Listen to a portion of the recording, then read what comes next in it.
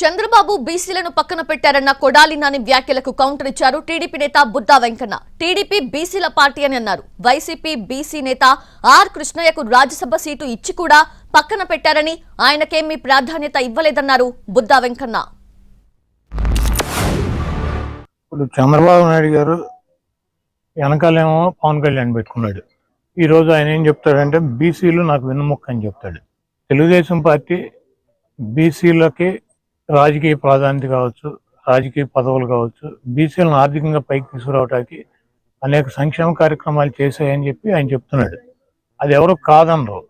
కాకపోతే చంద్రబాబు నాయుడు ముఖ్యమంత్రి అయిన తర్వాత, తెలుగుదేశం పార్టీ అధ్యక్షుడు అయినాక బీసీలకు చేసింది ఏంటని చెప్పి నేను అడుగుతున్నా. చంద్రబాబు నాయుడు గారు 10 సంవత్సరాల్లో ఆయన ముఖ్యమంత్రిగా, ప్రతిపక్ష నాయకుడిగా, పార్టీ అధ్యక్షుడిగా 40 పైన రాజ్యసభలు వస్తే ఒక్కటి కూడా బీసీకి రాజ్యసభ సభ్యత్వం ఇచ్చినటువంటి పరిస్థితి లేదు. తెలుగుదేశం పార్టీ బీసీల పార్టీ. ఆర్ కృష్ణయ్య గారికి నువ్వు రాజ్యసభ ఇవ్వడం తప్పు పట్టట్లా, మంచిదే, ఓకే. కానీ పర్సనల్ నిన్ను ఎక్కడ పెంచావు? ఆర్ కృష్ణయ్య గారికి రాజ్యసభ ఇచ్చావు, పక్కన పెట్టావు. రాజ్యసభలో ఫ్లోర్ లీడర్ పదవి ఇచ్చావా?